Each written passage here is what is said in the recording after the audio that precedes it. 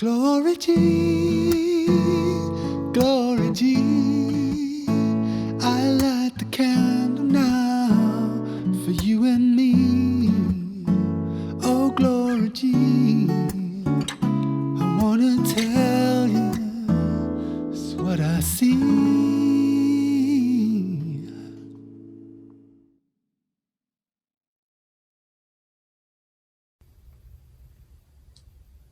For me, the being hard on myself and condemning the personality or condemning ego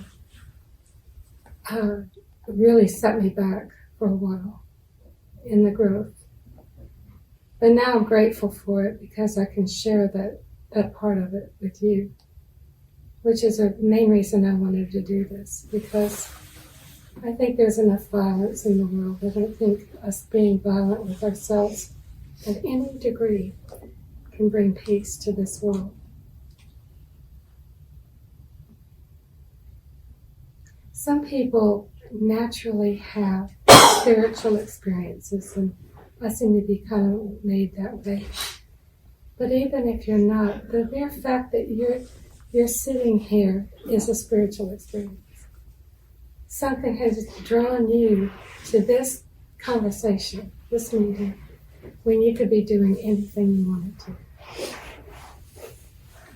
You can trust that in you, because this that we really are, our true nature, is awake and has always been awake. So what awakens? Somehow or another, there's a moment where it comes in recognition of itself. It breaks through the conditioning and it shines on itself and illumines the mind and the heart. And deep down in the gut, where the clench of life, that deep personal will, slowly over time opens, releases. Because there's that existential clench that says, I gotta survive. You know, it's still part of the reptilian brain, I think. And so just bow to it and honor it. And be gentle with yourself. It's really, really powerful when you explore inside of yourself, not just your own consciousness, but your own body. And to notice when you're experiencing, let's say, rage or something of that nature. It's really powerful to locate where that rage is felt in your body and breathe into it. And let it be exactly as it is. No story about it. A story may have brought it on, but you let it go. And you just breathe and let it expand and let it find its way. Because there's such wisdom, beautiful wisdom in everything that we call illusion and unreal. Because we find that reality doesn't have an opposite. So what does that make so-called problems?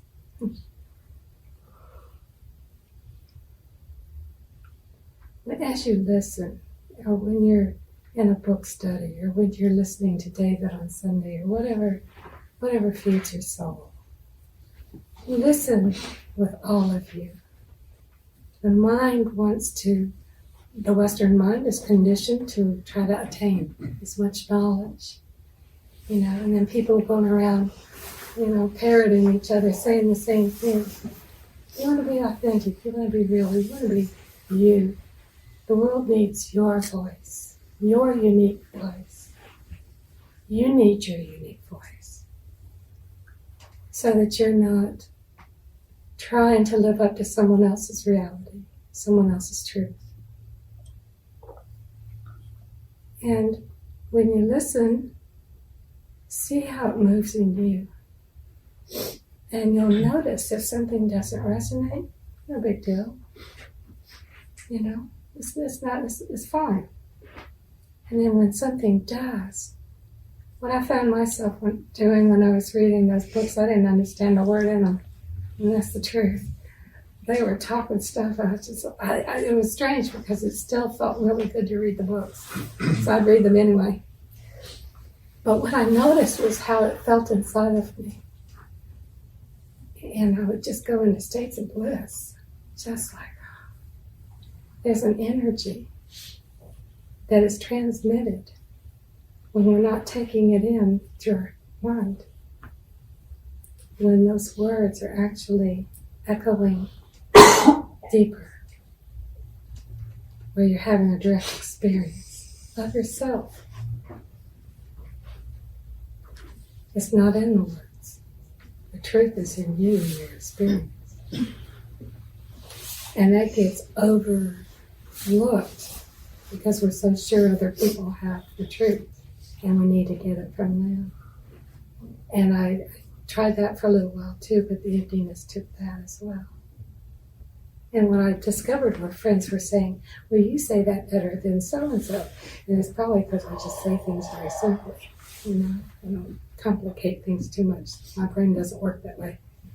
But, you know, and who would have known that this old bartender chick would be, you know, sharing stuff like this and people would be touched by it. It's an amazing thing. You don't have to have anything in the right place. So let your practices be your joy instead of it being a dangling carrot that you hope to achieve one day. What does that create? More to hope for. Always putting something in the distance instead of recognizing what's already here.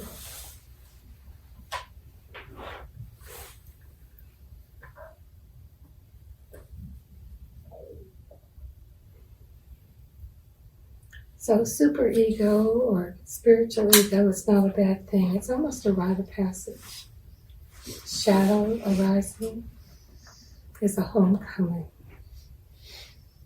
I hear so many times in spiritual circles how people just want to be positive and keep it light, and you know, and you can just feel the aversion, the fear of the darker side of our nature, which is pure beauty,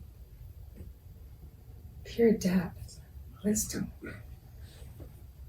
The dark is the unknown, and the mind dreads that. It wants to create a lovely jubilee to live by and void itself of what's real.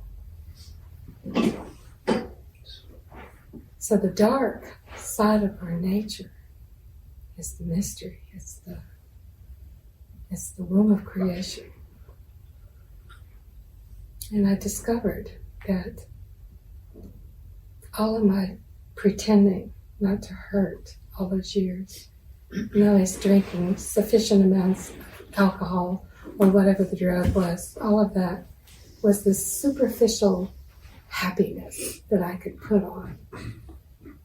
But when all of that went, all of those so-called inner demons had to be met. And not having foreknowledge of that made it hellish for me. That's why I wanted to share this with you. Because when I started that inquiry, and I was able to be with anything that arose, and I had a period of time in that dark night that I was sharing with you, where I would have extremely horrifying nightmares. One night I woke up, my mouth was in the shape of a scream, but in the nightmare I was trying to scream and I couldn't, and I thought my heart was going to explode. It was terrifying. And then I had another dream where I was in a morgue, and and all these bodies got up off their tables and were walking after me, and everything was in slow motion. But I was awake and lucid in that dream, and it was terrifying. So all of these things I would later learn are deep in the human psyche. They're archetypes. And when this starts to happen, if you don't have foreknowledge of the potential for this to happen when consciousness awakes to itself, you could think there's something terribly wrong with you. You might even call yourself dark. You might even, think you need psychotherapy or something. And maybe you do. It might not be a bad thing. But in my case, that was part of the self-loathing because I thought it said something about me. And then I read a book by someone that would ultimately become a friend, and I taught her book here. And she had complete wars going through her consciousness. And when I spoke with her and she shared this with me, I was like, oh, thank you. This is brilliant. And we had long conversations about this, and I felt wonderful. And not too long ago, I had pretty much quit taking courses and things like that, but Ajashanti, one of my teachers, was teaching a course on this very topic. And I was thrilled. He didn't share his horrors that he experienced, but it went on for a long time for him. And this was just a few years ago. So he'd been teaching for a long time. And that course was beautiful. People all around the world were reporting similar experiences, and I was one of those. But it was wonderful to have that exchange. And so these are just beautiful and terrifyingly beautiful things that can happen in awakening that you just really don't hear very much about. And I'm happy to report that when I feel things arising for me, there's a lovely emptiness that receives it beautifully, and nothing has to stick. Someone called me a Teflon chick or something, because things don't have to stay.